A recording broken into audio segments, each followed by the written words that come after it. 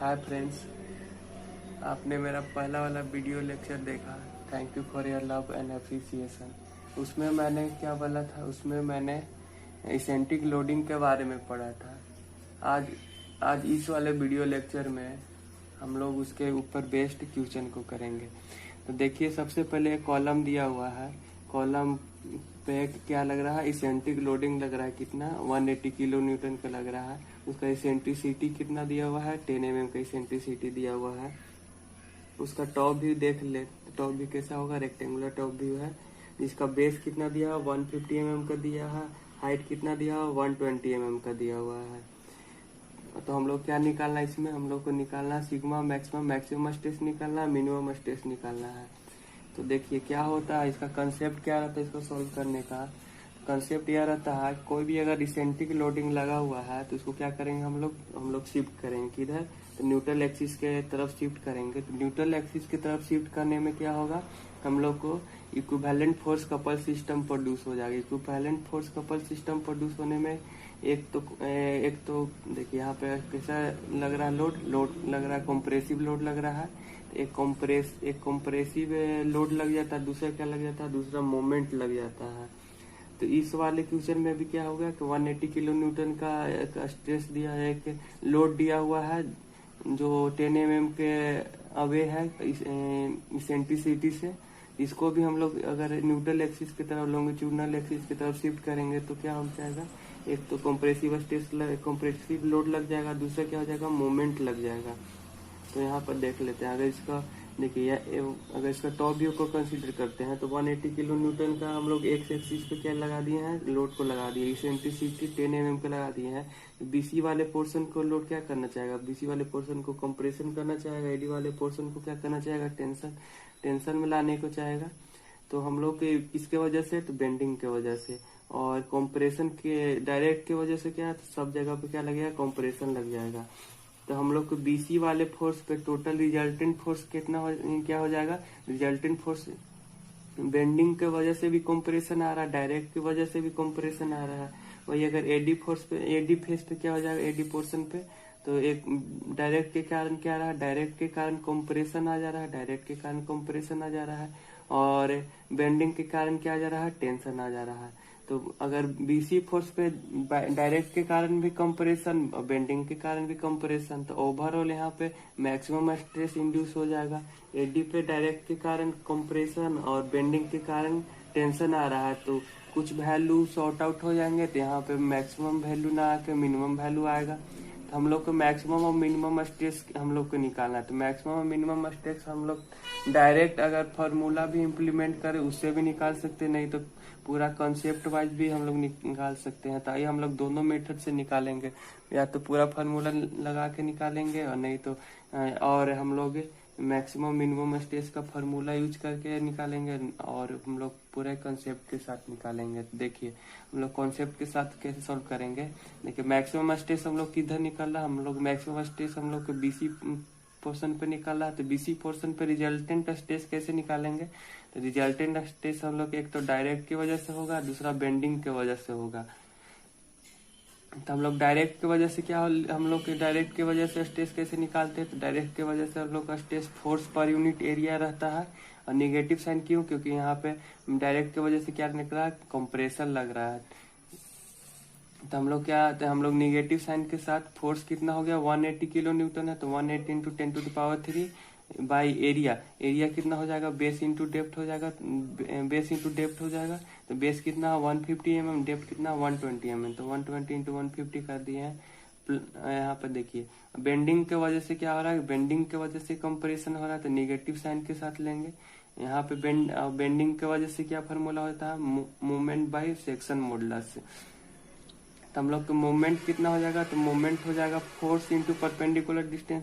तो हम लोग फोर्स कितना लिए हैं? 180 kilo Newton. 180 into 10⁻³ into perpendicular distance 10 mm। तो हम लोग का मूवमेंट 180 इंटू 10⁻³ इंटू 10 हो गया। हम सेक्शन मॉडुलस देखिए, सेक्शन मॉडुलस कैसे निकालेंगे? सेक्शन मॉडुलस हम लोग जनरली फ्लेक्सर फार्मूला से निकालते हैं। फ्लेक्सर फार्मूला तो आप लोग जानते होंगे कि sigma by Y equal to M by I. तो सिग्मा बराबर क्या हो जाएगा? m into Y by I हो जाएगा। तो हम लोग सेक्शन मॉडुलस का क्या होता है, आई बाई वाई हम लोग ले लेते हैं। आई क्या हो गया, मोमेंट ऑफ इनर्शिया हो गया, वाई क्या हो जाएगा, तो मैक्सिमम डिस्टेंस हो गया।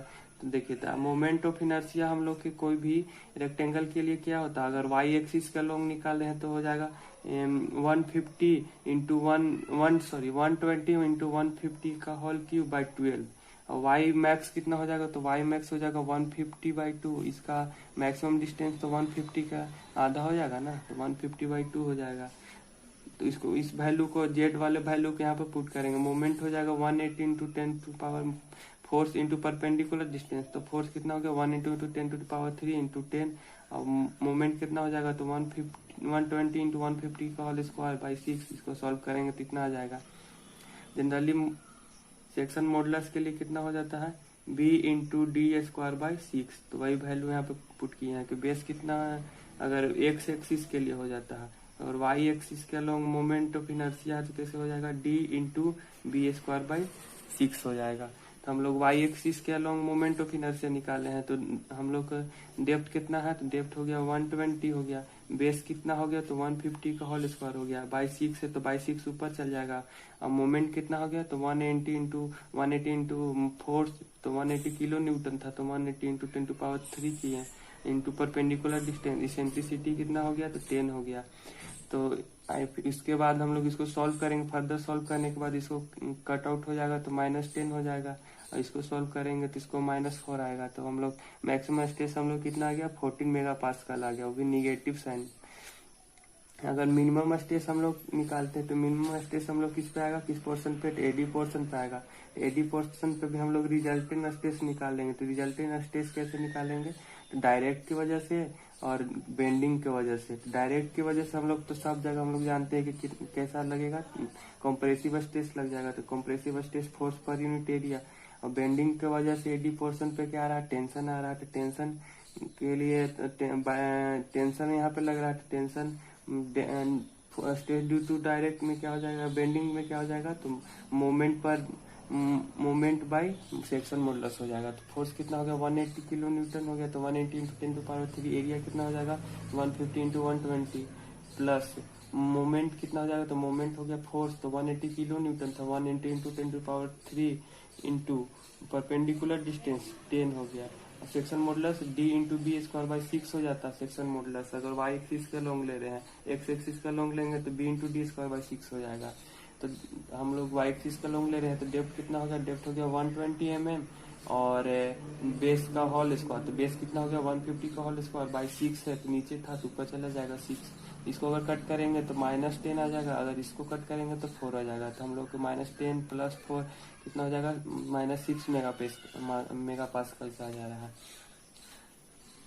ये तो हो गया हम लोग कॉन्सेप्ट के थ्रू हम लोग देखे कि क्या रिजल्टेंट स्ट्रेस निकाल लिए।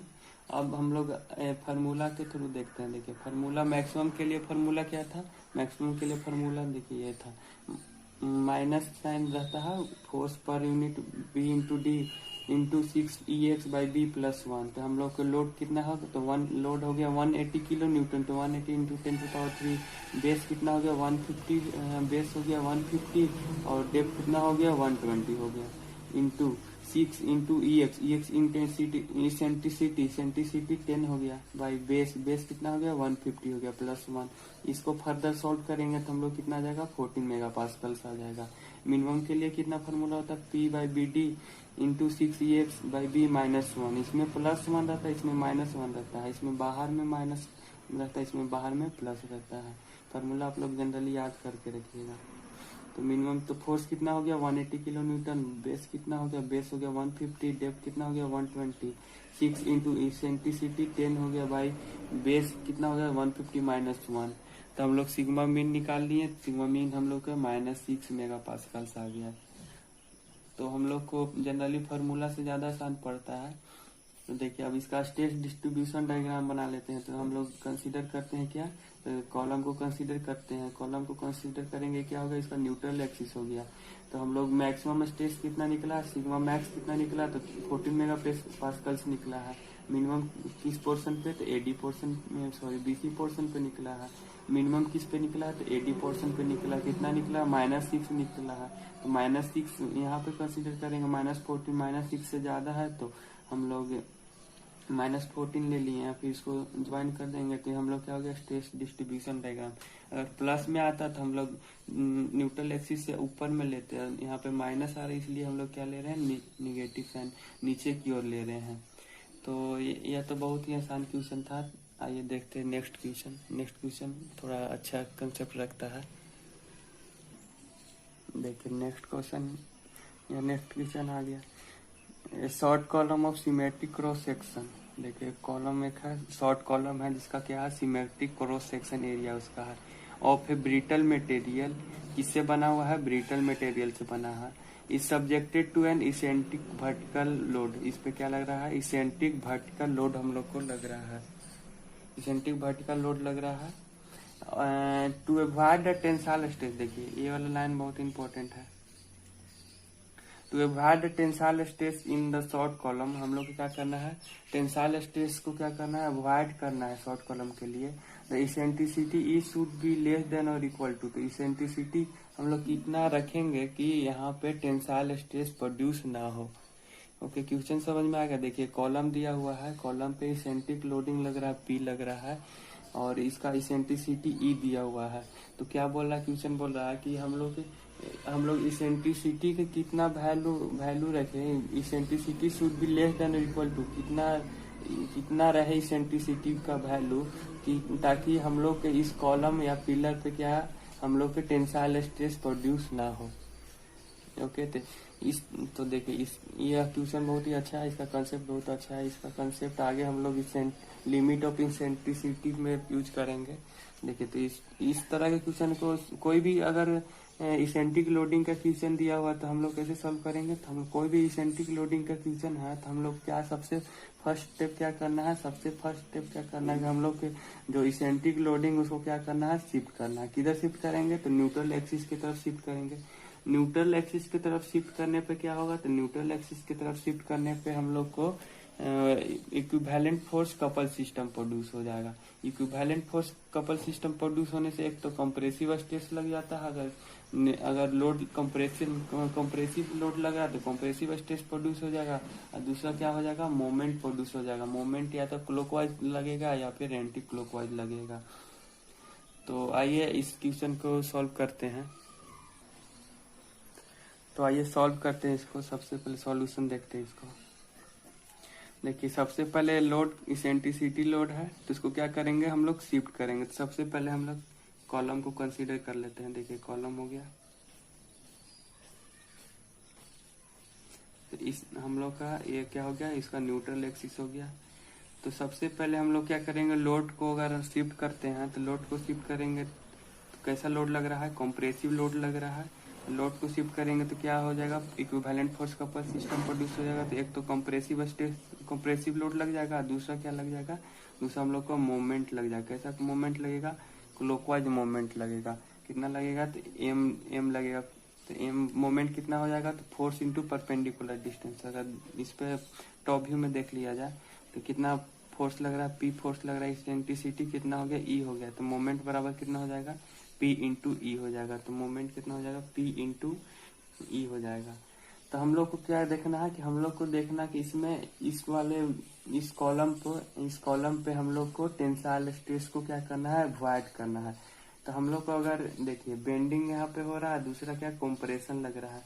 तो बेंडिंग के कारण देखिए हम मान लेते हैं कि यहाँ पे स्ट्रेस हम लोग किसी भी पोर्शन पे स्ट्रेस हम लोग निकाल सकते हैं। तो यहाँ पे मान लेते हैं कि पॉइंट ए मान लेते हैं, पॉइंट बी मान लेते हैं, पॉइंट हम लोग सी मान लेते हैं। तो हम लोग स्टेट ऑफ स्ट्रेस हर एक पॉइंट पे हम लोग निकाल के देखेंगे कि कैसा कौन सा स्ट्रेस इस पे लग रहा है। तो हम लोग ए पॉइंट पे देख लेते हैं, पॉइंट ए पे देखेंगे, पॉइंट बी पे देखेंगे, और पॉइंट हम लोग सी पे देखेंगे। देखिए ए पे मोमेंट के कारण क्या आ रहा है, मोमेंट के कारण हम लोग को ए पे क्या आ जाएगा, ये वाले देखिए एडी, अगर इसको ए, इसको बी, टॉप व्यू को सी और डी, इसको नेमिंग कर देते हैं। तो बीसी वाले पोर्शन में क्या लगेगा, कंप्रेशन लगेगा। एडी वाले पोर्शन में क्या लगेगा, टेंशन लगेगा। तो बीसी वाले पोर्शन हो गया, ये क्या हो गया, एडी वाले पोर्शन हो गया। तो बीसी वाले पोर्शन में क्या लगेगा, बेंडिंग के कारण हम लोग को कंप्रेशन लगेगा। तो बेंडिंग के कारण हम लोग क्या लगा दिए, सिग्मा बी क्या हो गया, stress due to the bending के कारण हम लोग के कंप्रेशन लग जा रहा है। और डायरेक्ट के कारण क्या हम लोग के लग रहा है, डायरेक्ट के कारण भी हम लोग को कंप्रेशन लग रहा है, डायरेक्ट के कारण भी कंप्रेशन लगा दिए। बी पॉइंट पे हम लोग देख लेते हैं। बी पॉइंट न्यूट्रल एक्सिस पे हम लोग पॉइंट ले लिए हैं। न्यूट्रल एक्सिस पे पॉइंट लिए हैं तो हम लोग बेंडिंग के कारण जीरो स्ट्रेस यहाँ पे आएगा। डायरेक्ट के कारण कैसा स्ट्रेस आएगा, डायरेक्ट के कारण हम लोग के कंप्रेसिव स्ट्रेस आएगा। तो हम लोग कंप्रेसिव स्ट्रेस लगा दिए हैं, डायरेक्ट के कारण सिग्मा डी लगा दिए हैं। अब हम लोग पॉइंट सी पे देख लेते हैं। तो पॉइंट सी पे देखिए बेंडिंग के कारण क्या रहा, तो बेंडिंग के कारण हम लोग को एक एडी पोर्शन में टेंशन आ रहा है। तो हम लोग बेंडिंग के कारण हम लोग के टेंशन फोर्स लगा दिए, सिग्मा बी लिख दिए। और हम लोग डायरेक्ट के कारण क्या रहा, डायरेक्ट के कारण तो हर एक पॉइंट पे ही हम लोग को क्या आता है, कंप्रेशन आता है। तो हम लोग कंप्रेशन लगा दिए सिग्मा डी। डायरेक्ट के कारण हम लोग को क्या कंप्रेशन आ गया, और सिग्मा बी के कारण क्या रहा है, टेंशन आ रहा है। टेंशन आ रहा है, यहाँ पे कंप्रेशन आ रहा है। तो हम लोग एनालाइज करते हैं कि हम लोग अगर हम लोग पॉइंट ए पर देख लेते हैं। तो पॉइंट ए पे हम लोग को क्वेश्चन में क्या बोला है, क्वेश्चन में बोला है कि हम लोग को टेंसाइल स्ट्रेस को अवॉइड करना है। तो पॉइंट ए पर तो कोई भी टेंसाइल फोर्स तो लग नहीं रहा है, टेंसाइल फोर्स नहीं लग रहा, मतलब टेंसाइल स्ट्रेस भी नहीं लग रहा है। टेंसाइल स्ट्रेस नहीं लग रहा है तो ये तो इस पे तो कोई टेंसाइल स्ट्रेस नहीं लग रहा है। हम लोग बी पे देख लेते हैं। तो बी पे भी दोनों तरफ इसके कारण तो डायरेक्ट के कारण कंप्रेशन लग रहा है, इस पे भी टेंसाइल स्ट्रेस नहीं आ रहा है। हम लोग सी पोर्शन पे देख लेते हैं। तो सी पोर्शन पे डायरेक्ट के कारण हम लोग क्या आ रहा है, कंप्रेशन आ रहा है, और बेंडिंग के कारण क्या आ रहा है, टेंशन आ रहा है। तो यहाँ पे टेंसाइल स्ट्रेस इंड्यूस हो रहा है। तो इसमें हम लोग को क्या करना पड़ेगा कि यहाँ पे हम लोग की इसेंट्रिसिटी के कितना वैल्यू रखना पड़ेगा, ताकि हम लोग को यहाँ पे टेंसाइल स्ट्रेस प्रोड्यूस ना हो। तो हम लोग क्या करेंगे, तो हम लोग जनरली हम लोग के स्ट्रेस रिजल्टेंट स्ट्रेस एट सी अगर लिख देते हैं, तो रिजल्टेंट स्ट्रेस एट सी में क्या हो जाएगा, निगेटिव साइन आएगा। क्यों, तो डायरेक्ट के कारण से कितना आएगा, तो डायरेक्ट के कारण से हम लोग को निगेटिव साइन आ जाएगा सिग्मा डी, क्योंकि ये कंप्रेसिव स्ट्रेस है। प्लस हम लोग बेंडिंग के कारण क्या आ जाएगा, बेंडिंग टेंसाइल है, यहाँ पे प्लस में आएगा। हम लोग क्या होना चाहिए, शुड बी लेस देन और इक्वल टू। तो लेस देन और इक्वल टू हम लोग के जीरो, मतलब हम लोग को टेंशन को यहाँ पे क्या करना है, जीरो करना है। एक तो ये केस बन जाएगा, दूसरा केस बन जाएगा, हम लोग दूसरा केस देखेंगे। हम लोग को क्या करना है, हम लोग को टेंसाइल स्ट्रेस को क्या करना है, हम लोग टेंसाइल स्ट्रेस को अवॉइड करना है। अवॉइड करना मतलब इसको क्या करना है, वैल्यू को मिनिमम से मिनिमम या जीरो इसको कर देना है। तो हम लोग क्या करेंगे, हम लोग करेंगे कि सिग्मा डायरेक्ट कंप्रेशन को बहुत मैक्सिमम कर देंगे, मतलब ज्यादा कर देंगे, और मिनिमम को क्या, और बेंडिंग को क्या करेंगे, मिनिमम कर देंगे। बेंडिंग के कारण ही टेंशन प्रोड्यूस हो रहा है, तो इसको मिनिमम कर देंगे, और डायरेक्ट के कारण क्या कर देंगे, डायरेक्ट पे हम लोग कंप्रेशन आ रहा है तो इसको मैक्सिमम कर देंगे। तो हम लोग डायरेक्ट से जानते हैं कि डायरेक्ट के फॉर्मूला क्या हो जाता है, डायरेक्ट का फॉर्मूला हो जाता है force per unit area. Bending के कारण क्या हो जाता है, तो बेंडिंग के कारण हो जाता है moment by I into Y, M by I into Y. Force हम लोग फोर्स इंटू एरिया कितना हो जाएगा, एरिया हो जाएगा B into H, B into H. Moment कितना लग रहा है, मोमेंट लग रहा है हम लोग को पी इंटू ई लग रहा है। हम लोग के मोमेंट ऑफ इनर्शिया, तो मोमेंट ऑफ इनर्शिया कितना हो जाता है, तो मोमेंट ऑफ इनर्शिया हो जाएगा इसका, अगर वाई एक्सिस का लॉन्ग है तो हो जाएगा B into H cube by 12। तो बाई 12 है तो ऊपर में चल जाएगा। y कितना हो जाएगा, तो y हो जाएगा, तो y मैक्स कितना हो जाएगा, तो y मैक्स हो जाएगा h/2 हो जाएगा। तो h/2 हम लोग ले लिए। तो एक h से एक h कट गया, 2 से 6 कट गया। तो यहाँ पर क्या बच गया, p/b into H is greater than और इक्वल टू, ग्रेटर देन और इक्वल टू भी, तो इक्वल टू भी लगाना ध्यान देंगे, p into E into 6/bh square हो गया। एक p से p कैंसिल हो गया, bh से b और एक h कैंसिल हो गया। यहाँ पे क्या हम लोग के बच गया, यहाँ पे बच गया कि eccentricity should be less than और इक्वल टू कितना होना चाहिए, h/6 होना चाहिए। तो यहाँ से हम लोग के आ गया कि इसेंट्रिसिटी कितना होना चाहिए, < तो ऑप्शन हम लोग का बी इज करेक्ट। तो देखिए इस तरह की अगर प्रॉब्लम दे दिया जाए कि हम लोग को टेंसाइल स्ट्रेस को अवॉइड करना है, तो हम लोग को कौन सा केस बनेगा कि हम लोग सबसे पहले एनालाइज करेंगे कि किस पे कौन सा पोर्शन पे हम लोग स्ट्रेस ऑफ स्ट्रेस डायग्राम बना लेंगे, या तो इसको फ्री बॉडी डायग्राम बना बोल दीजिए, फ्री बॉडी डायग्राम बना लीजिए और देखेंगे किस पे टेंशन आ रहा था। हम लोग इसमें इस वाले प्रॉब्लम में सी वाले हम लोग सी पॉइंट पे क्या आ रहा था, टेंशन आ रहा था। तो हम लोग टेंशन को क्या करना है, टेंशन को अवॉइड करना है और कंप्रेशन को अवॉइड नहीं करना है। जनरली जो हम लोग का पिलर होता है तो कंप्रेशन मेंबर होता है, उस पे वो टेंशन अगर टेंसाइल स्ट्रेस लग जाता है तो उस पे वो फेल कर जाता है और कंप्रेशन में बहुत ही स्ट्रॉन्ग रहता है। तो यहाँ पे टेंसाइल स्ट्रेस को अवॉइड करने के लिए बोला था। टेंसाइल किसके वजह से आ रहा था, बेंडिंग की वजह से आ रहा था, बेंडिंग की वजह से आ रहा था। तो बेंडिंग पे हम लोग को क्या किए कि लेस कर दिए और हम लोग को इनडायरेक्ट की वजह से कंप्रेशन आ रहा था, कंप्रेशन में क्या कर दिए थे, कंप्रेस को ग्रेटर कर दिए थे। इस केस से हम लोग को बन जाएगा। और तो इससे हम लोग इसेंट्रिसिटी की वैल्यू कितना आ गया, h/6 आ गया। तो आइए अब हम लोग लिमिट ऑफ इसेंट्रिसिटी देख लेते हैं।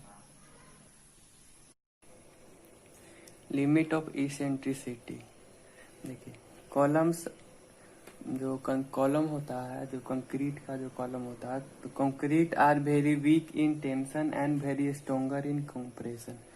जो हम लोग कॉलम रहता है तो क्या रहता है, तो बहुत वीक रहता है। टेंशन अगर टेंसाइल स्ट्रेस लगाएंगे तो क्या करेगा, क्रैक इसमें आ जाएगा। और very stronger in compression, compression में बहुत ज्यादा ही स्ट्रोंगर रहता है।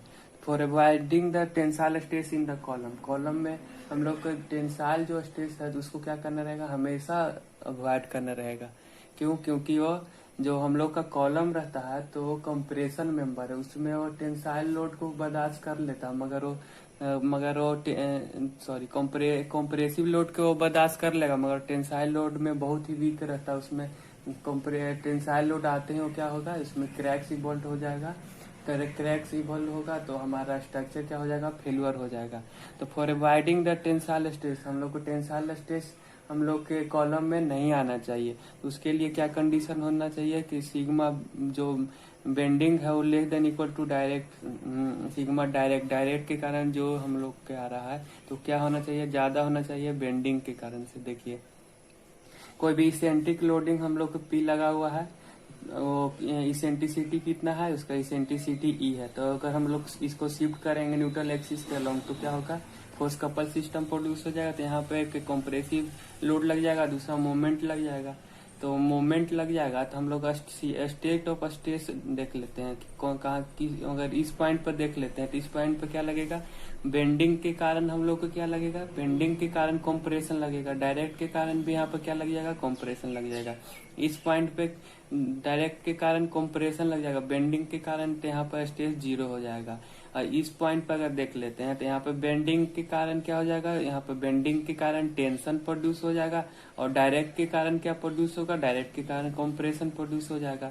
तो हम लोग को क्या करना है, कॉलम में हम लोग को टेंसाइल जो स्ट्रेस है उसको क्या करना है, कम कर देना। टेंसाइल स्ट्रेस हम लोग किसके कारण आ रहा है, बेंडिंग के कारण आ रहा है, डायरेक्ट के कारण हम लोग को कंप्रेशन आ रहा है। तो हम लोग बेंडिंग स्ट्रेस को क्या कर देंगे, कम कर देंगे, डायरेक्ट स्ट्रेस को क्या कर देंगे, ज्यादा कर देंगे। तो इससे एक केस बन गया कि सिग्मा जो हम लोग bending stress due to the bending is less than और equal to shear due to stress due to the direct. जो हम लोग बेंडिंग के कारण जो स्ट्रेस आ रहा है वो हमेशा कम होना चाहिए, बराबर होना चाहिए stress due to the bending. Direct के कारण जो बेंडिंग आना चाहिए उससे। देखिए तो हम लोग बेंडिंग के कारण स्ट्रेस इवॉल्व हो जाएगा M/I/Y लेस देन और इक्वल टू हम लोग डायरेक्ट के कारण जो स्ट्रेस इवॉल्व हो जाएगा P/A हो जाएगा।